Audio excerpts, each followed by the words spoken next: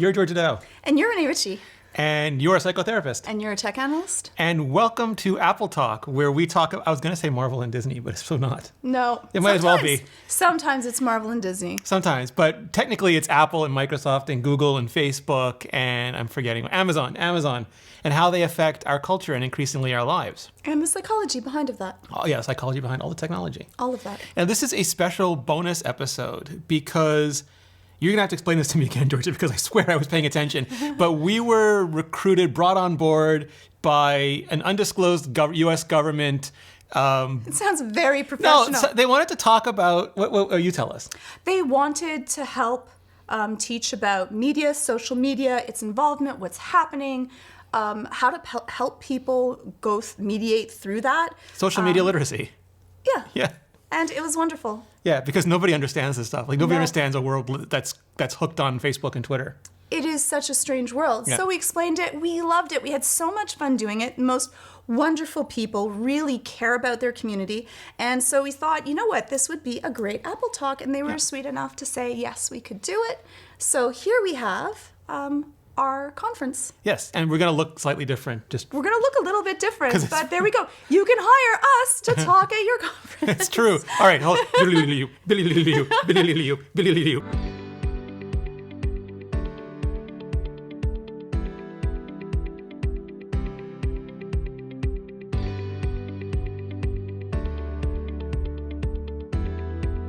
And now please welcome Council Member from the City of Midland, Michigan, Diane Brown Wilhelm. Good afternoon and welcome to the Tech Tornado, How to Stay Grounded While Big Tech and Digital Media Append Trust and Fellowship in Our Communities. This afternoon, we have two amazing guests with us. I had the pleasure of meeting them a few weeks ago. We have Georgia Dow and Rene Ritchie. Georgia has over 20 years experience in teaching and counseling with degrees in psychology and education, a teaching degree, a master's degree with distinction in art therapy, as well as a two-time Canadian Jiu-Jitsu champion. She specializes in treating anxiety and stress management for both adults and children. Georgia hosts several podcasts dealing with technology and psychology. And she also hosts Apple Talk and her own YouTube site on dealing with anxiety and social media. Rene Ritchie has been covering personal technology for over a decade. He currently hosts his own channel where he provides news analysis and insight on Apple and related technologies and culture. He also co-hosts Mac Break Weekly on the Twit Network and writes a column every Monday for More Part of Future PLC. As former editorial director of the Mobile Nations Network, including Android Central and Windows Central, editor-in-chief of iMore, host of Vector YouTube channel, and co-host of CES Live. Rene has a background in product marketing, web development, and graphic design. He's authored several books and appeared on numerous television and radio segments to discuss Apple and the technology industry. When not working, he enjoys cooking, grapple, and spending time with his friends and family in Montreal, Canada. I am very pleased to welcome Georgia and Rene. Now please welcome psychotherapist for the Montreal Center for Anxiety and Depression, Georgia Dow, and Canadian independent blogger and YouTube content creator, Rene Ritchie. Hi, I'm Georgia Dow. Hi, I'm Rene Ritchie. And right now we're going to be dealing with a little bit of psychology and technology, and with a specific focus on social media and how it affects us and what we can do about it.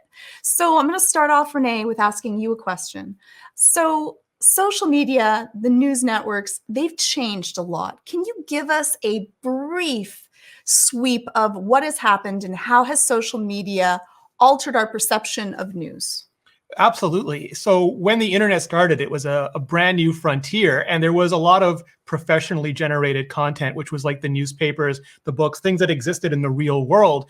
They started appearing online, but it was quickly discovered from everything from the original BBS rooms to online forums, CompuServe, AOL, the earliest days, that there was this new user-generated content that people could post their comments, they could group together, they could chat, they could do all of this. And user-generated content for big companies was essentially free. It was free content. So it became more and more emphasized. And people would get into discussions. They would get into arguments. They would get into fights. They would get into collaborations. They would do what people would do. And this increased engagement. People would come back to these websites over and over again to talk in the forums, to talk in the comments. And we started to see early social networks emerge, things like MySpace and Friendster, which let people join together specifically for user-generated content to have these discussions. And then we started having the more modern ones, Facebook and Twitter and YouTube. And so Rene, like, it used to be that, like, it was like newspapers. Like, Yes. They started off looking like newspapers, but that's costly. You have to pay someone Yes. to write, and you used to do this. yes, So you'd pay A lot of people it. yes, for many, many years. And they'd have to pay people a good salary to be able to deal with it. So Yes. part of it was incentivized to go to social because it was free.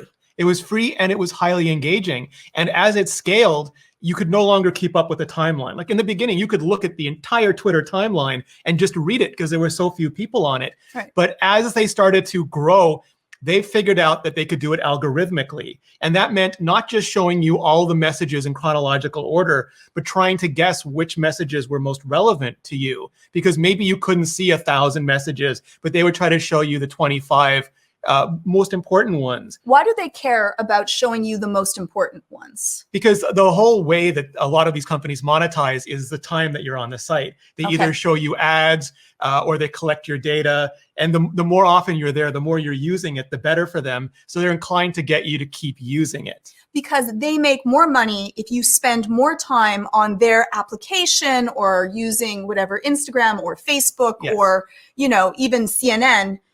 The time they make most of their money through user engagement, where it used to be that they would make money through subscriptions or through paying to be able to use it.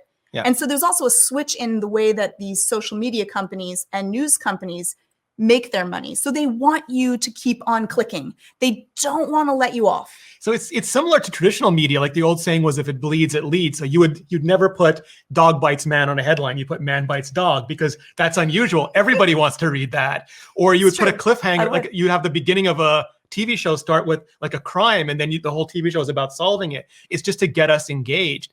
But the thing with algorithms is they quickly became too complicated for normal humans to program. Now, when we say, what does algorithm mean? So it can mean different things. When we're talking about this specifically, we're talking most recently about neural networks.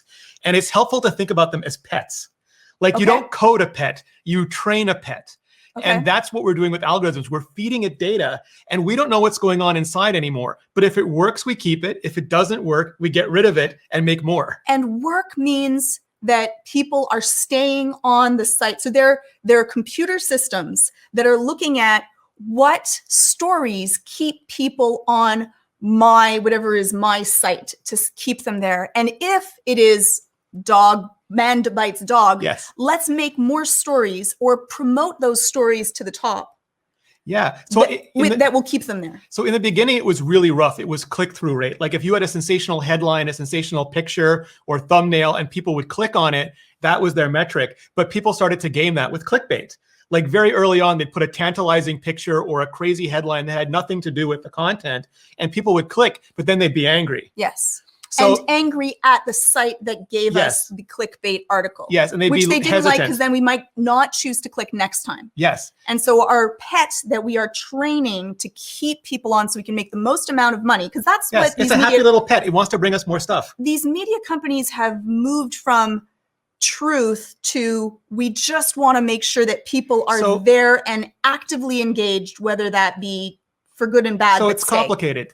So they moved from the click-through rate to the watch time, like how long you were watching it for, because they thought that was a good metric. Like if you click on the video and you watch 90% of the video, it must be good because otherwise you would have stopped watching it. But that didn't mean that it was good. It meant that it was compulsive. Like it commanded your attention. Right. It could be good or bad. And that's why I think, to your point, we saw the rise of extremist content, because it is one type of content that keeps people engaged. A cat playing a piano keeps people engaged for a very short amount of time. Right. But really extremist, really sensationalist, those sorts of stories, it's the same thing we would read in a supermarket tabloid. It's why they were placed at the end of the supermarket aisle. It's just in digital form, and you get another tabloid immediately. Like they want to give you another tabloid immediately afterwards. So let's kind of go a little bit into the brain and why do we as humans, because I'll say it, I'll be the first one. I am this person. I will click interesting articles. So when we read something, see something that makes us feel a certain way, we want to continue that feeling. Yes. Now, you would think that that would only be for things that make you happy and feel good about ourselves. But unfortunately, we have, and this is a $1 trillion industry, so they have done tons of studies on emotional content and what is our relationship with that, is that feel good is good for a short amount of time. But if we are working on the primitive part of the brain, so the limbic system, which is the middle part of the brain, it's not that intelligent, but it is with the emotional center, and our thinking part of our brain is over it. But if we can engage the fear or anger centers of our brain, we will want to continue clicking almost compulsively. The 5 things that your phone might be doing that could kill you will make our fear center, our anxiety increase, and we will want to find out and keep on going through the rabbit hole. The people that are destroying our, whatever we care about, our community, our country, our, backyard, trees, if you love trees, that will make us want to continue because we're angry and we want to do something about it. Is it that, like, if you see something that's satisfying or accurate, you are satisfied and you're done? But if it's not satisfying or it's enraging, you just keep going because it is so enraging. Well, it's even a further step from that. If we are at peace and we feel calm, we don't have to do anything. It does not activate our motivation center to fix, to activate, to attack, to deal with it. But if we end up motivating our anger or our fear centers, that strikes us into action. It increases our level of cortisol in our system.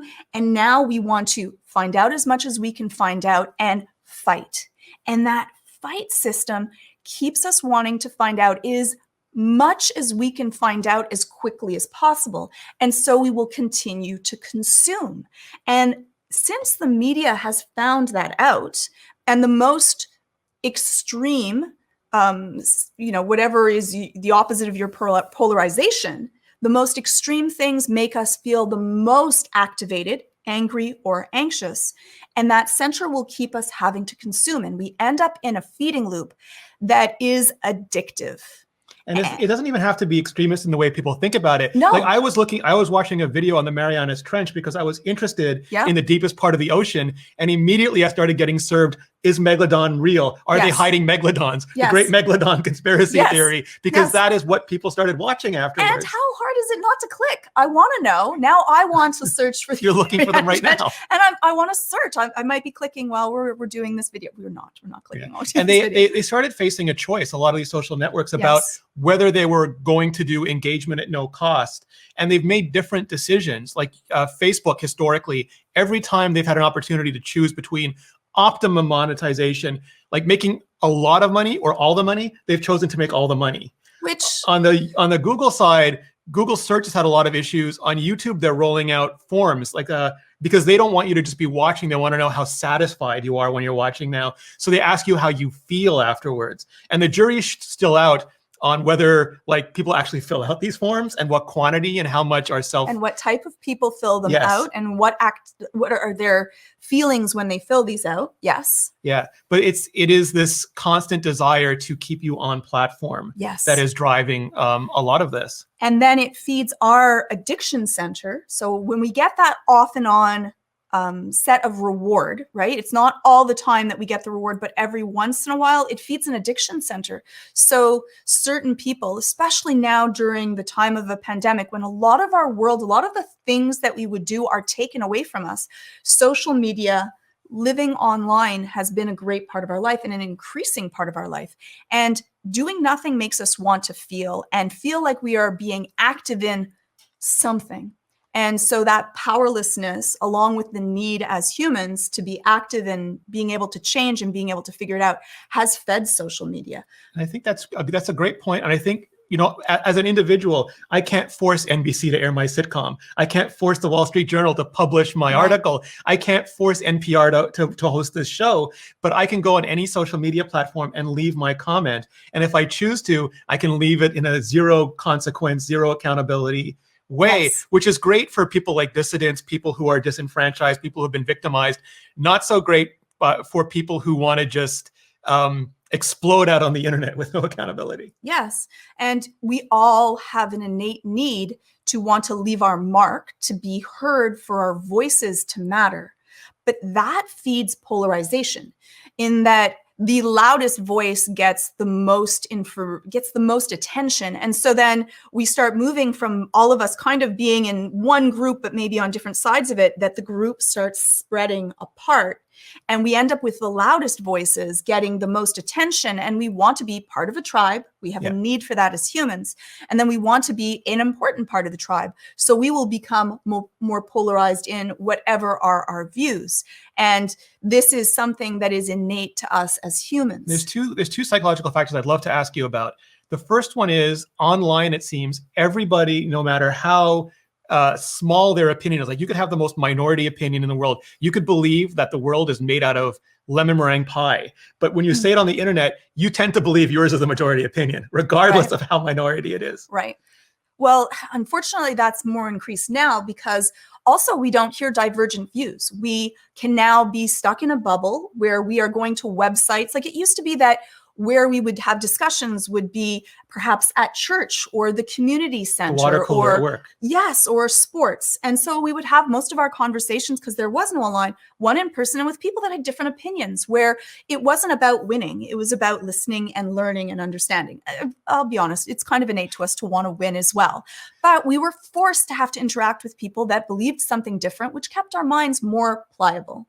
But now, and also they were our neighbors, they were our community, and we had a certain amount of shame about how we wanted them to perceive us. Like there was a community pressure. Yes. So like I think it took the edges off the more extreme views. Yes. We had a push to actually be more in the community, more because civil. We wanted to be part of a tribe, and this was our tribe.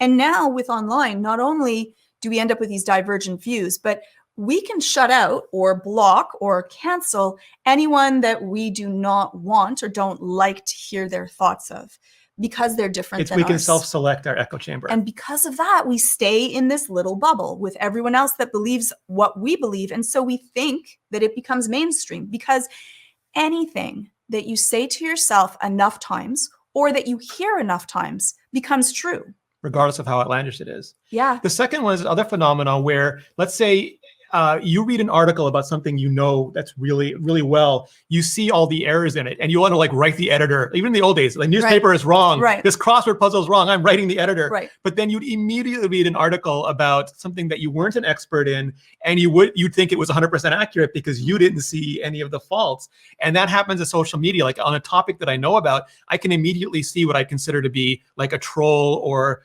deliberate instigation, all those things. But you go to a topic you know nothing about. Like if I'm suddenly in a knitting conversation, I don't know if they're pranking me or not. I can just assume everything what I'm reading is true. And it's pre-chewed information. Let's be honest, most of the time we're only reading the headline. Sometimes we will skim through the article because we don't concentrate for as long anymore, right? Like we have our time of attention span has been decreasing, unfortunately, because of media, because we like to click a button and immediate things happen. So we end up with not just that it's our information and our own skill level or knowledge base, which will affect whether we believe something or doesn't, but also how much is given.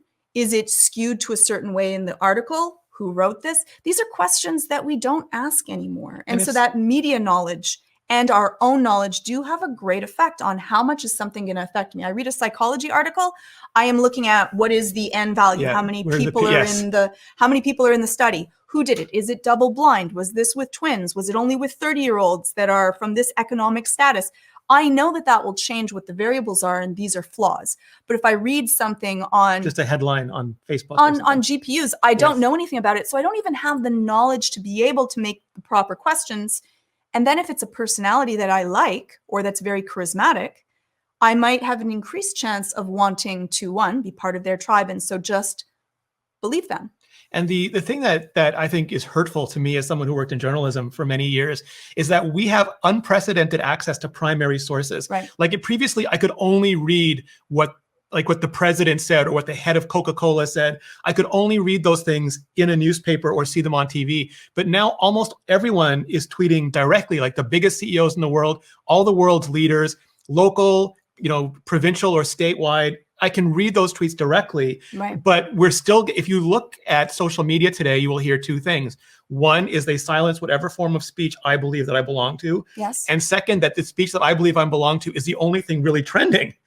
And it's not what I would call news. It's what I would call like tabloid. It's all tabloid stuff. It's the things we're reading the most, despite having the best access to actual information. It's so difficult because we are made to use up the least amount of energy to get the most benefit. So it used to be, okay, let's go a little bit back into our brains. Our brains have not changed in about 150,000 years. They're almost the same brain. So we have caveman brains in a society that is modern and has completely changed. So a lot of the stuff that drive us are maladaptive for today, but in Paleolithic times, these are great things to be able to do. And we lived in tribal states. This was really effective. So we don't want to waste energy doing something that we can do easier, because energy was something that was difficult. We starved to death if we used up resources where we shouldn't use it up.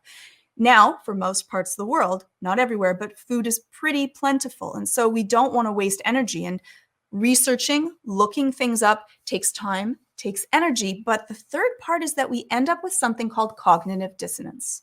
And this is really interesting because you'll probably be dealing with people that are either colleagues or friends or constituents that are going through something that you can tell there is a barrier to looking at something from another way.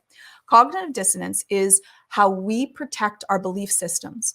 Not only do we protect our belief systems, but if someone else gives us an opposing belief system, one is we will sense that as a personal physical attack. We don't, because of our old brains, we don't actually know the difference. Our limbic system, again, it's very primal. The limbic system is the middle part of the brain. It's flat. It's not that intelligent. It's very emotional. Yeah.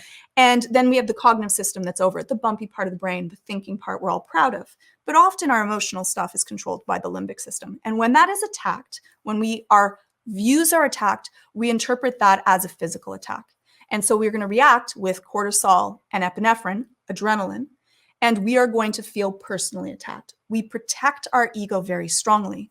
So sometimes if you are giving someone a differing opinion, they will react very strongly, protect their own, because they don't want to change their beliefs. And I'll give you why, because this could be helpful when we interact with people. One thing before you go into the live. Yes. So the one thing that I find so fascinating is you have these two equal and opposing forces, is that because in a certain way, the internet has given us back our villages, our tribes, but they're disconnected. We're not actually together. Yes. At the same time, because there's such instant and ego gratification on social networks, it's created brand affinity, the likes of which we've never seen. Yes. Like back when we were young, and I'm not by any means saying we're old, but back when we were young, if a CEO was caught lying, and it hit the newspapers, they would most likely have to resign. Yes. If a company did something egregious enough to cause a recall, they would most likely, sometimes it would put them out of business. Mm-hmm. And yet today we live in a time where we have CEOs tweeting things that are probably actionable, and they do it over and over again with zero consequences. And also companies, there have been electronics that are literally exploding in people's pockets. And not only do they not get in trouble, people don't want to give them back because they think they're collector's items now. Right. These are the items that are there. But that becomes part of who we are. This tribe belonging to whatever it could be a sports team, whatever that might be, we want to protect because it's us. And so if we go against it because of something horrible that's happened, we've lost a piece of who we are. And so we will protect that even at our own cost, because the ego cost of saying we're wrong is very painful. It's actually physically painful. If you've ever had something that you really cared about and found out that you were wrong, it causes a crack to the cognitive dissonance that protection to our belief systems. And the reason that we protect it is kind of cool. It's that the world usually did not change. So we are now in a fast evolving, changing world where every 10 years, things are completely different. There was no TikTok 10 years ago. There was no change usually. Like if we go back, 1,000, 5,000 years ago in our existence, what was happening one year was going to be exactly the same that happened the next. So whatever was our belief system kept us alive. And so it was a smart idea not to change, because change was risky and change was dangerous. We decide to go to another place to be able to hunt for food. We don't know if there's going to be food, if there's going to be resources, if there's going to be an invading tribe, if there's predatory animals, if there's, And all of those exist on the internet. We just don't see them because but internet. they don't actually kill us anymore most of the time. Yes. Sometimes ideas can be powerful and dangerous and good and bad, but most of the time it's not. But it used to be. And because for most of our existence, those that stayed the same for most of the time did really well. And that's why we went from nomadic tribes to ones that were kind of stationary and then agriculture. It was better for us because we could control that. And so because of that, we have this protection to wanting to even believe a new, different belief, because possibly this is the devil I know, and changing that could be dangerous to us. It's also incredibly visceral now. Like, again, by no means admitting that we're old, but when we were young, if we did something dumb, only the people there knew about it. Like maybe they would tell stories, but like it was just a story. Easy to deny those stories. Anything that you do that is damaging, harmful, embarrassing, it is on YouTube, it is on Instagram, it is on TikTok. And we're starting on this age of deepfakes and everything where it doesn't even have to be you. It could be somebody who had the time to just make it look like you. And so all the boundaries are starting to blur where it's both hyper real and also maybe fake. And I think that's a lot, at least for me personally, that's a lot of overhead to deal with. It's a lot of social media literacy I never got taught. Yes. And we are not taught this. Like the way that we deal with this is to research, but also to understand the manner in which media works and to be able to educate ourselves on media literacy specifically. Why do certain advertisements work on us? What's happening inside of the brain? But even with all that knowledge, it becomes really difficult to be able to sort through. Exhausting. And the amount of information that is thrown at us now goes to the level of learned helplessness, because they have this great study of if there is a choice between, 3 different cereal boxes to choose from. You're buying cereal, there's 3 choices. We're very fast at picking out the one out of the 3. If we hit 7 choices of cereal boxes, we can do that still. We're still pretty good. But now there is 150 different cereal boxes. And at that level, now I'm reading, like trying to nutritional value, sugar content. Paralysis through analysis. Exactly. Yeah. And that makes us go through learned helplessness. And when we hit that feeling of learned helplessness, which is that want to just give up, I cannot do this anymore, I'm overloaded, we become aggressive, we become stressed out, and we don't want to do anything. And so it's like asking, what do you want for dinner? And you used to have 3 or 4 ingredients. Right. I only have this in the house. Now, like with fast food and everything, deliveries, like everything comes to your door. Nobody knows. I don't know. What do you want? I don't know. What do you want? Yeah. And we want to have the best and the greatest. And so we end up shutting down. And when we shut down, we want to then only consume what is pre-chewed, given to us, and packaged. The least amount of work. Yeah. And that works with cereal boxes and asking what you want to have for supper, but it also works for social media. Yeah. And so social media companies I don't know what to think until you tell me. Exactly. Yes. They are giving you information that will make you stay, stick, spend your time, feed whatever is that bucket that you are dying to have filled.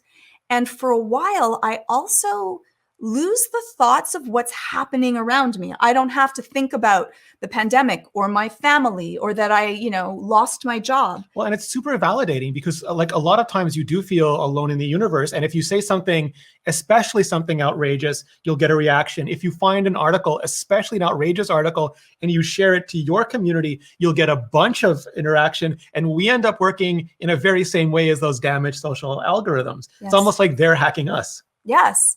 And then we get engagement. And so let's talk a little bit about reinforcement. So this is the way humans work. And usually this is talked about towards children, but let's be honest, as adults, there is no difference than this either, is that we will take positive reinforcement first, good job, you're amazing, I love you, that was awesome. Thanks, Mom. We'll take that first. We love that.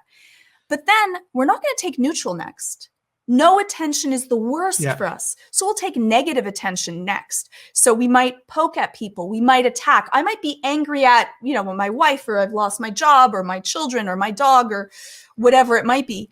But I'm going to attack whatever else I can do. And you can do that to the people in power. You can do that towards media, and you can attack them instead, because I can't actually go after my boss, but I can go after you, and it feels good. And I get to get out my anger, my anxiety, my vitriol towards someone, and I can just throw it, fling it, attack, and I've let it out. I've at least gotten out of my anger, my frustration, my helplessness, and I'm powerful. I've looked at Twitter timelines, for example, and you see people quote tweeting things that they hate, people that they hate, with like really angry comments on it, but you don't see anywhere near an equal or opposing amount of things that they love. Like, it's not like, great movie. It's, why is this movie so terrible? It's not like, this is an amazing policy. It's like, this is the worst policy ever. And that is what is getting amplified, because that is what is getting, like what you said in the beginning, the rage cycle is infinite.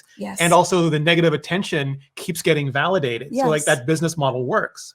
And I want to be angry after. I want to let my anger out at something that I can do something with, instead of feeling powerless, because feeling powerless is the worst feeling that we can feel. It brings on anxiety, and it brings on depression.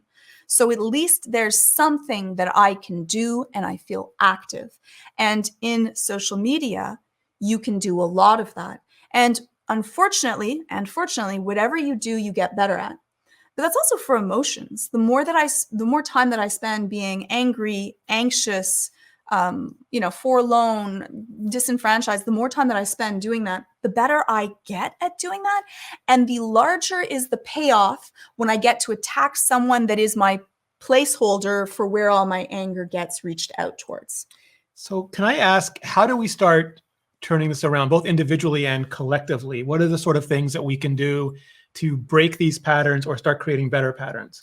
So one is, being able, so if we talk about like people that are in places of power, or we can talk about what we do with ourselves. So I'll start off with ourselves, and then I'll talk about how we can help those that we work with, those that we are working for, and how do we build really a community. One is that for ourselves, I really tell people, be careful what you consume. Like, we're very careful. We know that you are what you eat. You are what you read, see, and do. And though we need to be knowledgeable, there's a point where it's no longer being helpful, but being harmful to our bodies and to our brains. Because whatever emotion you have, you're releasing, feelings are a neurotransmitter. They're a chemical reaction. And so you have this feeling, and the more that you feel it, the more that even after you've turned off the sad movie, the sad story, you still feel sad after, because you have sad neurotransmitters that are running through your brain. Your body often doesn't know the difference between what's happening in a real world and what's happening in a virtual world. It actually doesn't. Let's just say it. Our bodies do not. If you've ever used virtual reality and you're standing out on the edge of a building, and it's telling you to jump, your body says don't do that, because so much of us is what we believe, what we say, see, and read, unfortunately and fortunately. So that would be one thing. And the second thing is, make sure that you're taking good care of yourself. How much time do you spend on social media? Are you reading every single angry article, every comment that you're getting? And are you feeding it yourself? Because then it will increase the chances of, when you engage with someone else, that you're going to be aggressive, you're going to be defensive. And when you're dealing with others that may be angry or frustrated or hurt, and it's hard when someone comes at you with a lot of vitriol and a lot of force and a lot of anger. Because you want to force back. Well, you want to say, I'm not a bad person. I am doing everything that I can. Or you want to say, how dare. That's true. That is true. And so I deal a lot with that as a psychotherapist. I've had many people come in angry at me, frustrated at me. Why, Georgia, did you not? Did you, I deal with parents, and I'm dealing with their children. And, that can cause a lot of anger and frustration. But I'll give you the tips of how to deal with this to help people. And I can tell you what I've been doing. You can tell me if it's good or not. Okay, perfect. So, why don't you tell us what you do? Because why don't we go, So first, I've done a few things, because I had to cope with the last, people argue over anything. It doesn't have to be stuff that's world changing. Like people Right. argue about Pepsi versus Coke and They do.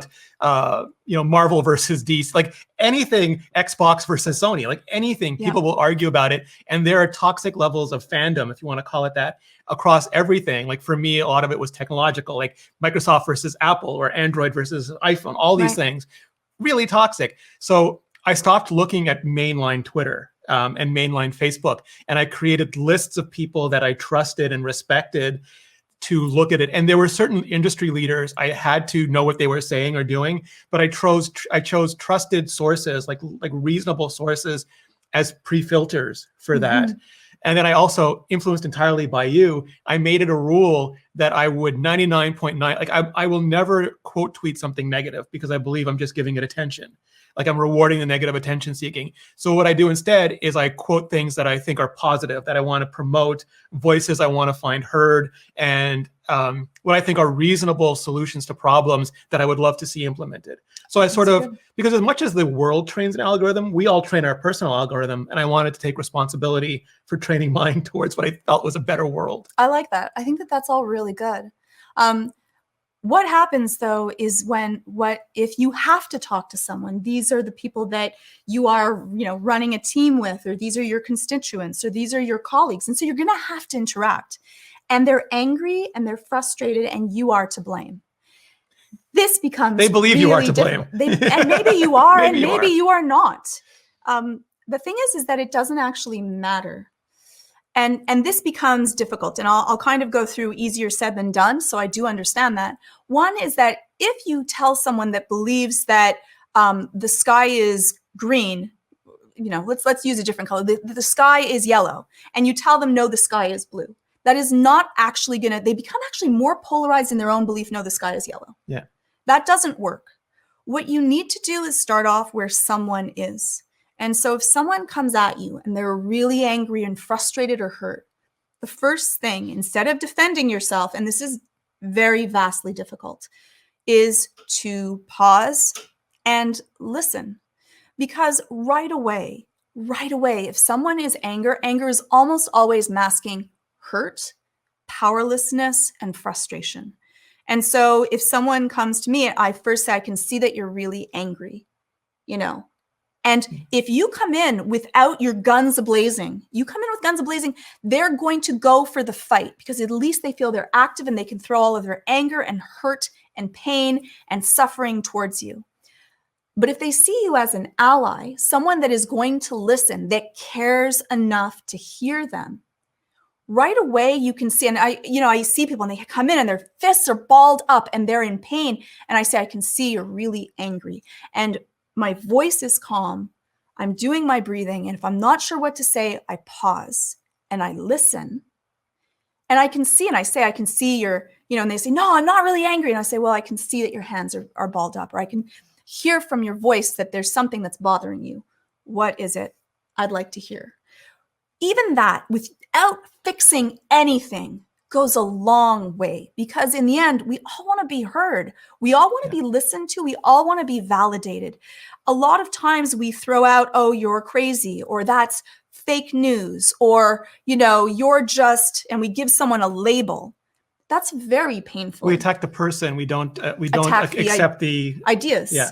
And I think that we need to be a community together and know that we're all in the same ship. Like, I saw this tremendous argument yesterday on Clubhouse, because Clubhouse is a thing now too. We always get more and more networks to have to worry about. Right. It's the social media network where you can talk to each other. Yeah, it's like the interactive podcast. And it was a huge argument, like a vitriol-filled argument, because one person and please forgive me if I get the states wrong, there's a lot of states to keep track of. One person in Colorado and one person in Texas both claimed to live on the Colorado River. And they were both yelling and screaming that the other person was wrong. And it turned out there are two Colorado rivers. Oh. And we are not good with multiple truths on the internet. Right. Did it end well? It ended with them both thinking that it was stupid that there were two Colorado rivers. So they redirected their anger. I'm okay. At least they were both together, because that also works. Sometimes, and what you want to do common enemy in Wikipedia. It could be a common enemy or a common truth or a common piece of something where you say, you know what? I can understand that, or I can see why you would feel that way. I can see why that makes you angry. You're right in worrying about this. That is a great starting point because it's so it's actually soothing to us as people to be like, I can understand why you would feel that way, or that's a really interesting argument. Can you, send me some more information about that? I'll take a look into it. But the only piece that I will add to that is that if you say that you're going to look into something, if you say, I'm going to get back to you, don't say it if you do not mean it. It's so hurtful when someone feels that sense of peace that, you're going to look into it, you're going to send an email back. It's like customer service. The company's going to get back to you. Why haven't they gotten back to me? And it's hard because there might be too much of that. And so I try my best that if I don't promise or say to do something, because, when you're on a social media person, there's just so many people that are asking for different things. And I know that I'm not even great with replying to my text messages. I know. Sorry, Rene. And so I know that I'm not going to be able to do it. So I try to let people know, what, I'm not really great at this. Please send me a reminder if I need to. It is important. And that doesn't mean that I don't care about this. But if you say something, yes, please do it, because it's really harmful and hurtful to people to be able to not have what they had promised that would happen. So the social networks are trying to address this in some ways. Like I mentioned, YouTube is trying to tell us that whether we're satisfied or not. Twitter is saying, did you actually read this article before you retweet it? They've been testing that. So there are various things evolving. I think they're going to keep evolving. So any social media knowledge that someone should know that would be helpful of them dealing with other people that are dealing with social media. Yeah. I saw also Diane has joined us again. Yes. Hi there. Well, maybe we can get ready for the Q&As and sure. we can follow up with any questions that people have. And this has just been absolutely amazing. I've been taking lots of notes, but at the same time, I've written down a lot of questions. And I think I'm going to go to one of the questions that I actually see here in the comments first, because it aligns with one of the questions I have. And they said, great cognitive awareness about what's going on in our brains. How do we best apply this new knowledge to help others who are not yet or not aware of what's going on inside? And that was aligned to my question, because there are things we can see in people that they may not see in themselves. And if you try to talk to them about it, they're going to get offended or deny it. So what's the best approach what's your recommendation for how to, work through that? Yes. And it's a hard thing because often if you give someone knowledge that they see as verse them, they actually will cause the opposite effect. They'll become more angry, more frustrated, and they're going to be polarized away from you. So what you want to use is Socratean arguments, which is asking questions. People love to talk and share their feelings. So if you ask them a question where you kind of know that they have cognitive dissonance, and they ask them, well, what do you feel about this? Or why do you think this? Is it because of A, B, or C? And if it was different, would you feel different? So my first statement is be curious, because the way that we kind of deal with, having polarized, very strong cognitive dissonance thoughts is by ourselves questioning them. And so having other people that are coming from a place of peacefulness, not attack, listening, not teaching, and sharing, not telling us what we should and should not think, because those all close us off. We're guarding ourselves up and going back to our home base. That opens up discourse. And we want people to question and think and deal with it for themselves. One of the best things she used to ask, or you used to ask me, was I would say, they said blah, blah, blah, blah. And she would stop me and say, who's they? And just me having to go through that often started a whole new line of thinking in me. Yes. And it comes from within the house. Yes. Right? And that's the way that we help change. So now this is a curiosity question. Is there a difference between listening and hearing? Oh, that's so good. That's so, we could go, that's a brilliant question. And that could be an entire talk on themselves. What's fascinating is there's actually a saying in Chinese that is listen but didn't hear. It's one of the most common things you say to people. Yes. There's a complete difference. One is you're building up your own defenses and you're trying to go on the attack and you're just waiting to speak. And the Yes. other one is being actually interested in finding out and walking a little bit in someone else's shoes. And if you do that, one is you're building community. 2, you're building an alliance between 2 people. And 3, you will have a better understanding of why someone feels that way. So I always start off with, I could be wrong, because I could be wrong, and let me learn. And you teach me. And we start from there. We take the journey together. That's good. Let's see here. We have another question. How can you avoid getting biased information when you don't know you are? Oh, that's a tough one. I think that Rene's point of looking at primary sources is wonderful. I think that it's time consuming though. And so, but for something that's important to you, for something that matters, I always say, go to the primary source. Even when we just, broken telephone, we're copying one word that is said to us. Yeah. There's a great chance by the time that it reaches the end of the telephone that it's not going to be there. There's Rene? also, yeah, no, for sure. There's also, I went to school during a period where when you wrote your theses, they assumed there would be bias. So you didn't deny bias because nobody is truly not biased. I like that. You admitted that you had biases and you tried to understand them. And we all do. We also often have trouble differentiating objective and subjective. Like there are movies that I love that are subjectively terrible and movies that I don't like at all that are objectively brilliant by, every cinematography or scripting standard. And getting to understand that what you like and don't like are subjective, I think is really important. And then just check multiple sources because things are going to be biased. And sometimes that bias is good, and sometimes that bias needs to be balanced. So checking multiple sources, primary sources, and then the old reporter in me is going to come out and say, make sure there's you get at least 3 opinions on something.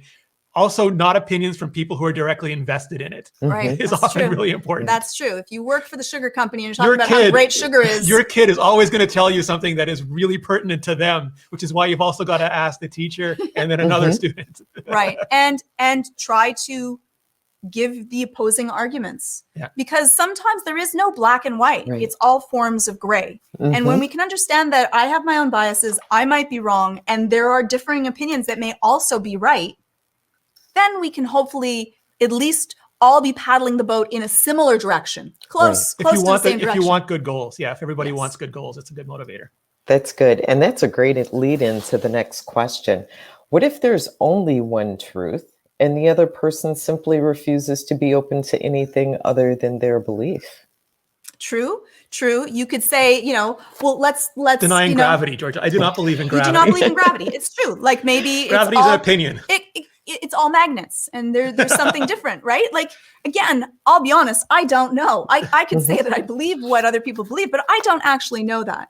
But perhaps there is an actual objective truth to it. In the end, the unfortunate part or the fortunate part is that it isn't about truth for many people. It's about having their voice, right? It's their feelings, it's being heard. And so if we start off with just making sure that you listen, you validate, and you're there, even if they are completely wrong and you believe that there's not even a grain of truth to it, but at least that they feel listened to. Because right away, if we go on, no way, there's definitely gravity, and that's ridiculous that you even said that. You're leaving someone else with feelings of, being hurt, not being listened to. And so I think that we need to first, facts matter and truth matters. I believe well, there's that. Two things, right? But 1 second, but people matter more. And we need to first make sure that we are there for people and that they feel heard and listened to. And then we can deal with, let's discuss, because now we're together. If we are apart and our weapons are at each other's throats, we are not going to, it doesn't matter what the consensus is. But if we can first put down the weapons, I was going to say something really similar. It's like, and you see this in family dynamics a lot, especially when dealing with kids. Do you want to be right? Or do you want to get what you want out of it? Like, do you want to be effective?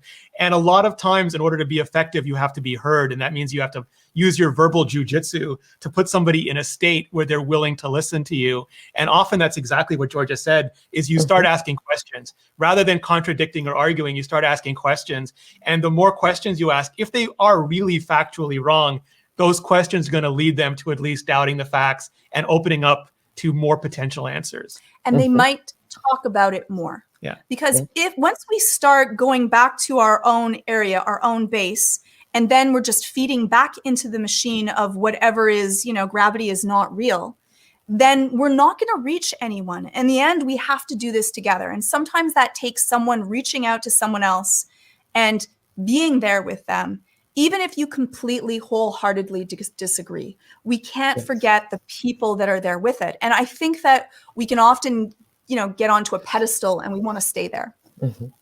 Okay, so I know we're getting close to time here, but I have to ask this question. So we've seen all of the Twitters, Facebook posts, all of those things from a federal level. It's gone down to a state level. And everybody on this call is representing their communities, local bodies. What would be your tips for us to take away so that one, whatever local body you're with, you know what? You're not attacking each other as the face of your community. And then secondly, you're not attacking the community as a whole because they may have different values, opinions, and thoughts than you do. Can I try first and you can tell me if I'm right or not? Yeah, please. So the way I approach these things, and I'm not doing this on a political level, but I've done this with a lot of online communities, is I always try to remember my goal and then work backwards. So instead of just facing something and trying to negotiate in the moment, I always, even if I have to put a sticky note in front of me, what is my end goal? And then the strategy to get there might evolve, but I'll always employ strategies to get me to that end goal. And the goal might change as I get more feedback, but I always want to make sure I'm keeping the result important, like in front of me, and not just getting sidetracked by the myriad possibilities for diverse, I love that argument. Yes. If you work your way backwards, that what I want to build is a strong community where all of my constituents feel heard and listened to. And they've spent the time and effort. Whenever someone messages me, even if it's an attack, they spent the time and effort. They cared enough to send me a message. And so if I want to build community, how would I do that? And they're angry and they're upset at me. And they're a majority in their own mind. And they may be the actual majority, and maybe it's I'm the minority in my viewpoints. And so what do I do is we find a place that we agree. We thank someone for the time and effort that they spent to deal with that. And we open up the discourse for let me know how you feel. Now, I will state one piece to this. There is a caveat. If it is angering, bullying, harmful, name calling, or rude, even if these are your constituents, there's nothing wrong with stating that I don't mind having the discourse, but I don't accept being bullied. I don't accept being threatened. I don't accept that. And if you wish to speak, that is fine if you can do this in a way that is respectful. Because respectful discourse, just like we would teach to our children, we want to teach to those that are working with us, those that are our constituents, and those that are around us. And so that is fine to put a kind of stop to that. And if they give another rude message, you can, again, give a warning of this is what's going to happen when you are more calm and more upset. But unfortunately, when we're upset, let me just add this. When you are angry, frustrated, upset, the rules are the same with dealing with a dangerous animal. Do not talk, do not text, do not email, and do not call. When your body's going like this, just wait it out. Don't even type it out yet. Just you can type it out on something that is not social media, because sometimes people hit send by mistake. Journal it out, wait, and probably within a day, you're going to feel better and happy you did not send it. That feeling, limbic brain, emotional, you're going to say something that you shouldn't, and people will remember forever, and the internet is forever. I was going to say, it will always come back. It's like that saying, always don't a tweet. Put anything out there you don't want your mom to read. Yeah. Anything you can say will and should be used against you, they in feel, the court of right? In a court, yes, exactly. So be careful. Be careful. Rene, Georgia, thank you so much. This has been an incredible session. Any last words before we wrap up? Well, I'll just say thank you so much to everyone that is trying to build community, that cares passionately about trying to make this better. We're all in this together. We need to remember that we're on one boat all together. And so hopefully we can have more open discourse and discussions where we work on all of us kind of heading in a similar direction. Doesn't have to be the same. And I'll just add, we are what we click on and we are what we post. So each and every one of us can make a better world every day just by being more conscientious of that. I like that. Excellent. Well, so good to see you again. And I hope we'll keep in touch. Take care. And thanks everybody for joining. All right. Well, that was phenomenal. I really had a lot of fun doing that. I had a lot of fun doing it as well. It was an absolute blast. And as always, if you're watching on Nebula, stay tuned because we still have a bonus segment to get to. If you are not watching on Nebula and you really want to be, you really should be, because among other things, we're now beta testing our new content API, which is just so fast. It is so fast, and you can find Flash went, oh my God, that's so fast. Flash is like Speed Force, Content API. I want the Content API. That's true. That's true. You can find that at beta.nebula.app. And if you want to have access to all of that, just go to curiositystream.com/AppleTalk. Sign up there. You not only get Curiosity Stream's award-winning documentaries and series, just really amazing, amazing stuff, but you also get Nebula for free, bundled in. I think Curiosity Stream is right now, I want to say like 20-something% off. It's less than $15 for the whole year. It's less than like an all-dressed pizza for the whole year. 1 month of Netflix or this? Yeah, and with this you get us.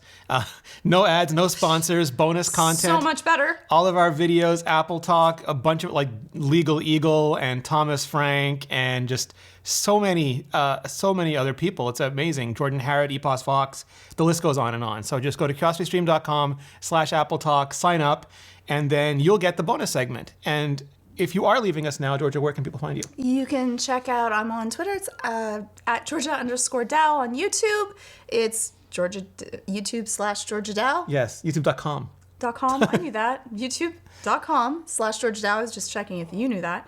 And you can shoot me an email, Georgia@westmounttherapy.com. 2 T's. And you can reach me at youtube.com/Rene Ritchie or at Rene Ritchie on the social media things. Except for one. Except for TikTok, where it's Rene Ritchie was taken because Rene Ritchie was taken. It's illogical.